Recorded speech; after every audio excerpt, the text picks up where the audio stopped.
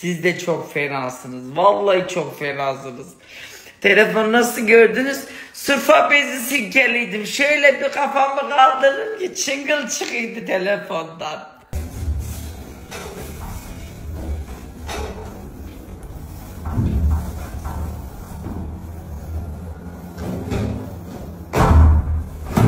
Anthony.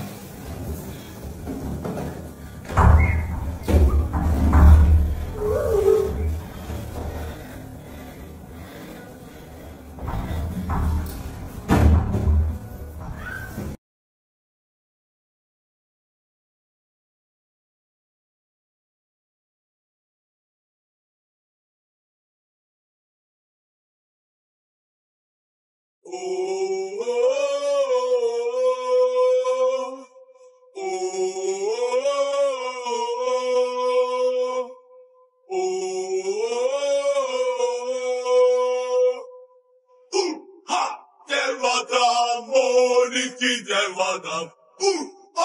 Dev adam, hey, hey, hey, hey. Dev adam, 12 dev adam. Dev adam, hey, hey, hey, hey. Her zaman yanındayız. Yalnız bırakmayacağız. Kafasına bir kez daha şampiyon olacağız. Dev adam, 12 dev adam. Dev adam, hey, hey, hey, hey. Halımı yık. Elahas yıkandı sıcak suyunla güzelce. Arkadaşlar terasta sıcak su var. Ben soğuk suyla hayır döker miyim? Evet biraz garip. İçeride soba yanıyor. Dışarıda halı yıkıyorum ama olsun. Bizim ev 7/24 4 mevsimi görüyor. Şimdi duşumu da aldım güzelce. Çay demlemiştim. Annem aradı. Çayı aşağı götürüyorum. Daha evim batmaz. İnelim aşağıda çayımı da içelim. Bugünü de böyle bitirdim. Kaldı ne yarın?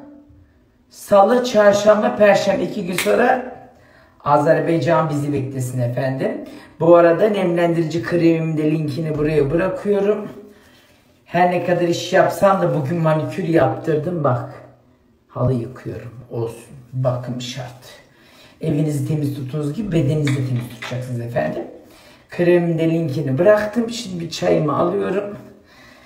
Yeni kayın olaraktan aşağıya çay içmeye iniyorum ya. Kayınlık da üstümde pek durdu. Aslında bizim halde bir şey derler. Kayınlık, hayınlık ama neyse.